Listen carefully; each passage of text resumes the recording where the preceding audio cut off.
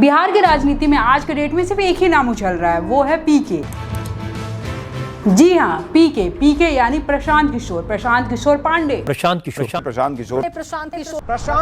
आज की वीडियो में हम डिटेल में बात करेंगे कि आखिरकार प्रशांत किशोर है कौन और इनका राजनीतिक करियर कैसे स्टार्ट हुआ और बिहार की जनता इनको कैसा रिजल्ट देगी। तो चलिए शुरू करते हैं हम आज की डॉक्यूमेंट्री की, जिसमें हम प्रशांत किशोर के बारे में बात करेंगे।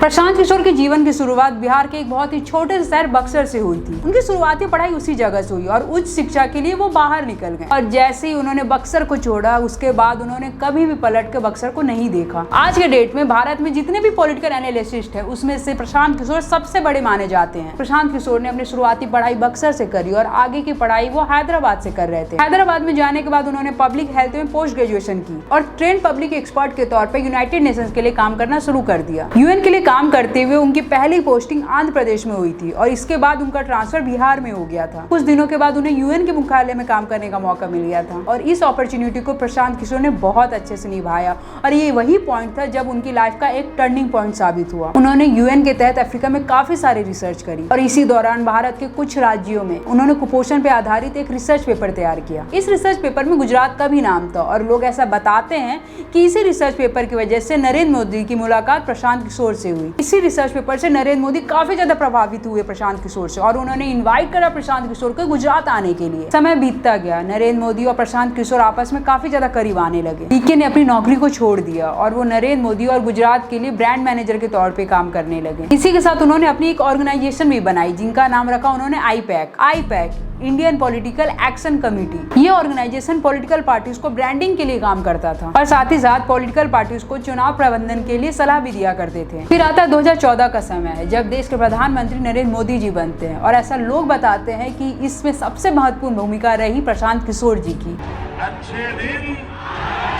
प्रशांत किशोर ने डिजिटल वर्ल्ड में नरेंद्र मोदी का बहुत ज्यादा ब्रांडिंग और प्रमोशन किया और इसके साथ साथ पैरेलल आईटी सेल चलाते हुए प्रशांत किशोर ने ही नरेंद्र मोदी को यूथ से कनेक्ट किया। नरेंद्र मोदी का होलोग्राम प्रोग्राम जो कि बहुत ज्यादा महत्वपूर्ण था 2014 के चुनावों में और इस चीज की देन भी प्रशांत किशोर ने ही की थी। इसके अलावा और भी बहुत महत्वपूर्ण मुद्दे थे जिसको प्रशांत किशोर ने टच किया, इज लाइक चाय पे चर्चा ETC। खैर 2014 में नरेंद्र मोदी जी प्रधानमंत्री बनते हैं और इसी के साथ साथ प्रशांत किशोर के अंदर भी बहुत सारी महत्वाकांक्षाएं आने लगती हैं। प्रशांत किशोर जी पार्टियों के कई सारे मुद्दों पे हस्तक्षेप करना चाहते थे लेकिन अमित शाह जी ने ऐसा होने नहीं दिया। पीके को ये उम्मीद थी कि वो आने वाले भाजपा के अध्यक्ष बनेंगे लेकिन अमित शाह ने उनके सारी इच्छाओं पे पानी फेर दी। समय बीतता गया और प्रशांत किशोर ये समझ चुके थे कि नरेंद्र मोदी के गार्डन में अब उनका कोई भी काम नहीं। इसीलिए प्रशांत किशोर ने दूसरों दलों की तरफ रुख कर लिया जिसमें पहले नंबर पे आती है टीएमसी। प्रशांत किशोर टीएमसी के लिए काम करेंगे। प्रशांत किशोर ने ममता बनर्जी के पॉलिटिकल कैंपेन में बहुत ज्यादा सपोर्ट की जिसके बाद ममता बनर्जी की सरकार बन जाती है। इसके बाद प्रशांत किशोर जाते हैं बिहार और नीतीश कुमार के साथ अलाइन हो जाते हैं। 2015 में मैंने नीतीश कुमार की मदद की। इनका अलाइन इतना ज्यादा था कि नीतीश कुमार ने इनको पार्टी का महासचिव भी बना दिया था। फिर समय बदलता है और नीतीश कुमार आरजेडी को छोड़ के भाजपा में चले जाते हैं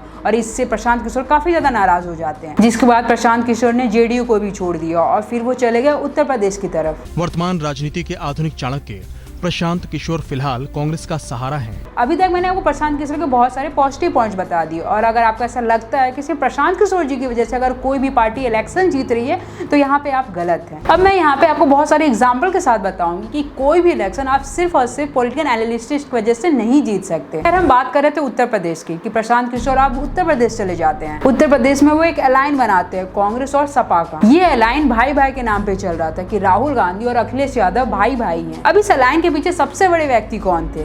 तो जी हाँ, प्रशांत किशोर। इसी बीच यूपी में महागठबंधन की कोशिशें तेज हो गई है। दिल्ली में मुलायम सिंह से प्रशांत किशोर मिले हैं। एसपी कांग्रेस में गठबंधन पर चर्चा हुई है। सूत्रों के हवाले से ये खबर आ रही है। लेकिन क्या इस अलाइन का फायदा दोनों पार्टियों को मिला?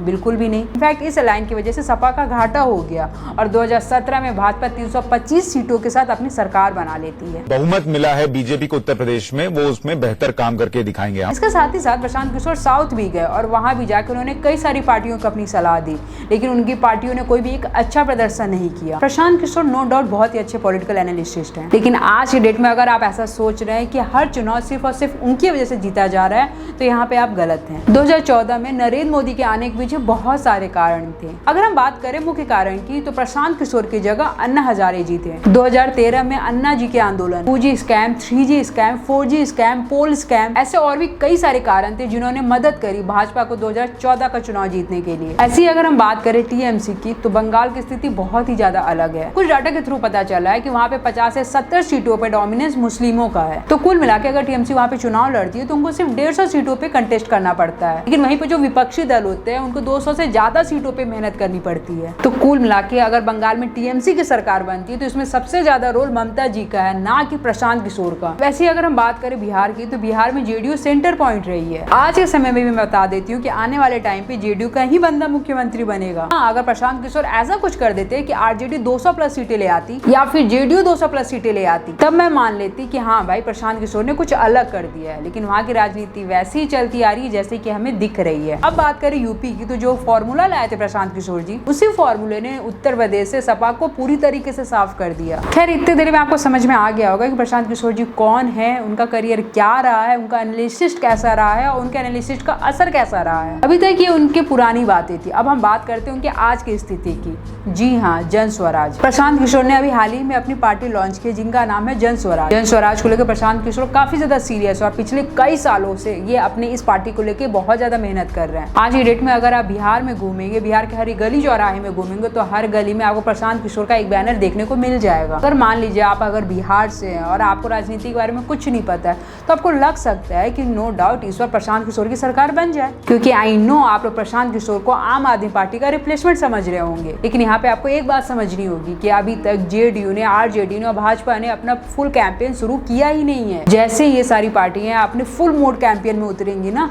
तब आपको ये पार्टी कहीं भी नहीं देखने को मिलेगी। नो डाउट प्रशांत किशोर जी बहुत ही ज्ञानी व्यक्ति है और उनके ज्ञान का मैं बहुत ज्यादा सम्मान भी करती हूँ, लेकिन आपको यहाँ पे एक चीज समझनी पड़ेगी कि जो प्रशांत किशोर जिस आइडियोलॉजी के साथ चल रहे हैं ना उस चीज की जरूरत बिहार में है ही नहीं। बिहार की मैक्सिमम पॉलिटिक्स जातिवाद पे निर्भर है और यही कारण है जो कि प्रशांत किशोर अपने आप को प्रशांत किशोर कहते हैं, ना कि प्रशांत किशोर पांडे। आज के डेट में जातिगत समीकरण के हिसाब से जन स्वराज बहुत ही ज्यादा पीछे है, लेकिन मैं दिल से चाहती हूँ कि वाकई में जन स्वराज की पार्टी इस चुनाव को जीते। मुझे प्रशांत किशोर जी से बहुत ज्यादा उम्मीद नहीं है, लेकिन वो पार्टी जो यूथ के बारे में बात करती है, जो डेवलपमेंट के बारे में बात करती है, अगर वो पार्टी, वो आइडियोलॉजी बिहार में आती है तो मैं चाहती हूँ कि वो पार्टी जीते। पहले प्रशांत किशोर जी कहते थे कि वो चुनाव लड़ेंगे, लेकिन अभी हाल फिलहाल उनका ये कहना है कि पार्टी के टॉप लीडरशिप ये नहीं चाहते कि वो चुनाव लड़े। चुनाव नहीं लड़ने के पीछे बस एक ही कारण है कि क्या मेरे अकेले के चुनाव लड़ने से ज्यादा फायदा है या जो जनसुराज से 243 लोग लड़ रहे हैं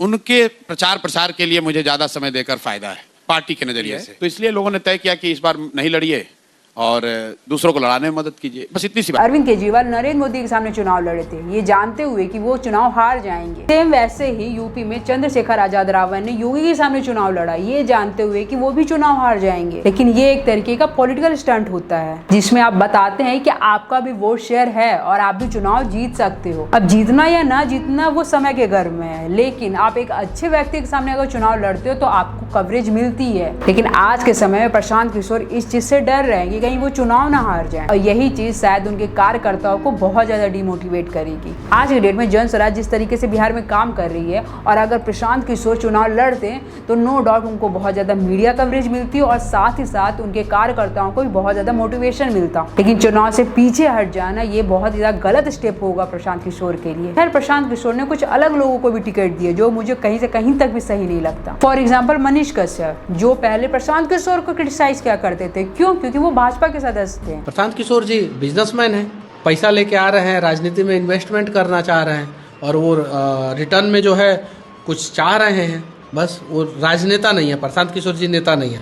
बिहार के बड़े नेता के रूप में नहीं देखे थे उसको आप? प्रशांत किशोर जी नेता नहीं है, व्यवसायी है, बिजनेसमैन है। बिजनेस। आज के डेट में पीके मनीष कश्यप का फुल सपोर्ट कर रहे हैं। क्यों? क्योंकि वो आज जन स्वराज से जुड़ गए हैं। कुल मिला के ये सारी चीजें ये चीज दिखाती है कि आपकी राजनीतिक महत्वाकांक्षाएं कितनी ज्यादा हैं। खैर, मैं तो चाहती हूँ कि आप अरविंद केजरीवाल बने और आपकी पार्टी आम आदमी पार्टी की तरह बने। बस कोशिश ये करना कि आप गलती से कहीं राज ठाकरे या एमएनएस न बन जाए। प्रशांत किशोर ने बिहार के लिए बहुत कुछ किया और इस चीज के लिए उन्हें अप्रिसिएशन मिलना चाहिए। एक टाइम था जब महाराष्ट्र में बिहारियों को मारा जाता था। उसी बीच प्रशांत किशोर ने उद्धव ठाकरे की भी मदद की थी और कोइंसिडेंटली उस टाइम पे उद्धव ठाकरे महाराष्ट्र के मुख्यमंत्री बन गए थे। कई सोर्सेस से ये बताया जाता है कि प्रशांत किशोर ने इस सलाह की फीस नहीं ली थी। मतलब जो कि उद्धव ठाकरे की उन्होंने मदद करी थी उस चीज की उन्होंने फीस नहीं ली थी, बल्कि उन्होंने ये कंडीशन रखी थी कि जो बिहारी महाराष्ट्र में काम करने आ रहे हैं उनको मारा या पीटा ना जाए। आप लोगों ने एक नाम सुना होगा प्रशांत किशोर, तो उसमें बड़ा योगदान रहा उनका, जन स्वराज वाला प्रशांत को।